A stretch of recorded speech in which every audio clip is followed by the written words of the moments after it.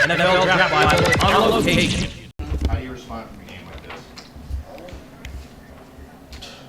I ain't gonna forget, we was 2-10 at one point, so we know what losing feel like and we know what winning feel like. So we know at one point, we know what we got to do to get better, and we might have needed this game to make us realize what type of team we are. We're gonna come back out here on Monday and fly around. We're gonna see who really bought into this team.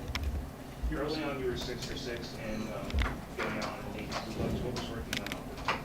Well, we was moving the ball, we were stretching them on the outside of the runs, and we were able to do nakeds left and right. So I mean that really helped us. We got away from it at one point, but overall I thought we moved the ball really well. We just wasn't efficient enough on the red zone. On the stat sheet, you're responsible for that first interception. How difficult is it? Your receivers fucking bastard. It happens, that it comes when you can't happen. There's nothing you can do about it. Just move on to the next play. I got a lot of trust in Broderick. I'm expecting to make that play again. Next game. So you can't really bank on like, oh my God, I can't go out there and curse him out. Why you ain't do this and that. Just got to tell him he got to turn his head around and get his hands up. How much more difficult was it knowing that you had limited possession with the way on the ball? They moved the ball pretty well, and it's just hard.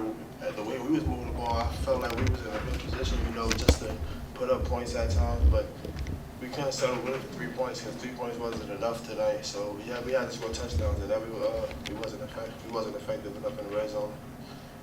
After watching film all week on the Army defense, did they come out and show you any different looks that you didn't expect to see from them today? Nah, they did everything we expected. They brought a lot more crash than we expected with the corner.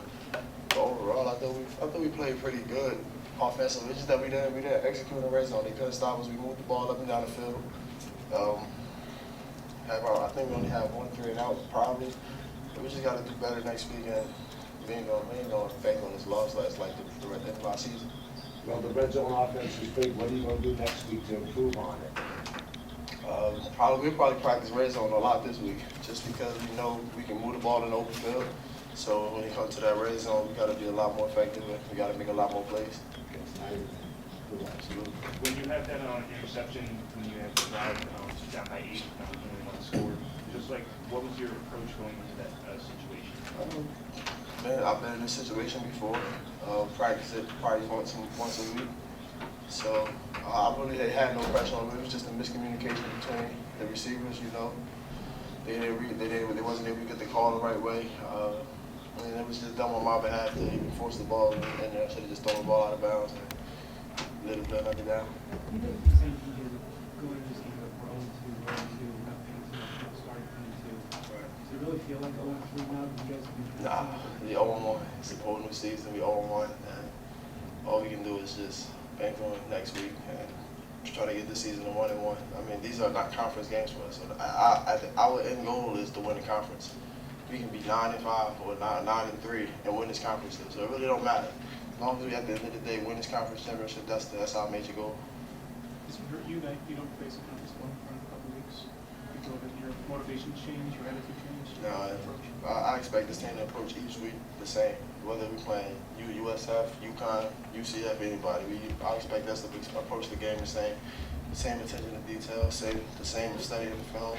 I mean, we're a good team. Team's gonna come out there and give us our best every week. So you gotta do what you gotta do on the field. PJ, what are some of the adjustments that you guys made offensively and half? We pretty much did the same thing. We ran less stretch. Ran less stretch outside zone. I thought we still had some good plays with the naked rollouts and everything like that. So it was just limited on how much we had the ball. It was just kind of hard. So we had to take advantage of our opportunity, make the best of it. But we failed to do that. A couple more for PJ. PJ. It wasn't until midway through the fourth quarter when you guys got the ball back down 8. Yeah. You had one possession in about 20 minutes. You ever had any experience like that? We played Navy before. We played Army. I played Army my freshman year.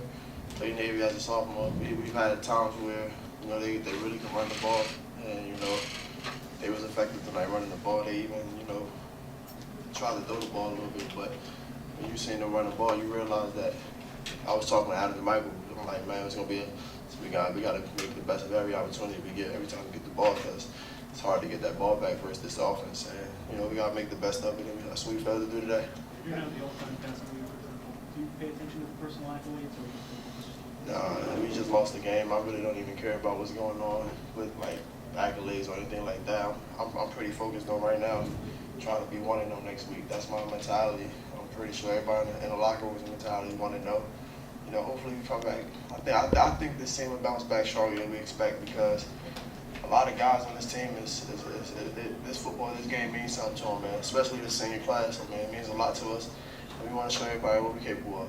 Matt mentioned that there were some moments tonight where there were some guys who kind of looking around waiting for somebody else to kind of step up and take on a leadership role that somebody like Tyler had last year. So how much of that type of role do you want to take on, especially now after the way that came out? I'm gonna be me regardless. Every year I'm the same guy. I'm not gonna sit there and be the rah-rah or who and hollering guy. That's not me. I'm the guy that's gonna talk to you personally. I'm gonna let you know how I felt about a play or something like that. I'm gonna let the defense know we need to pick it up a little bit. It's no need to be a rah-rah guy because I gotta be on my side of the ball. I gotta have enough poise in my head. I got a whole bunch of checks on the offensive end that I need to be thinking about. So overall, I think we just need to sit down and talk to one another. We don't need to be sitting out there yelling for no reason. Last one, Philip. What was your take on this time around? Last couple of years, you guys have not panicked, not really strong, built prison. This something just take place.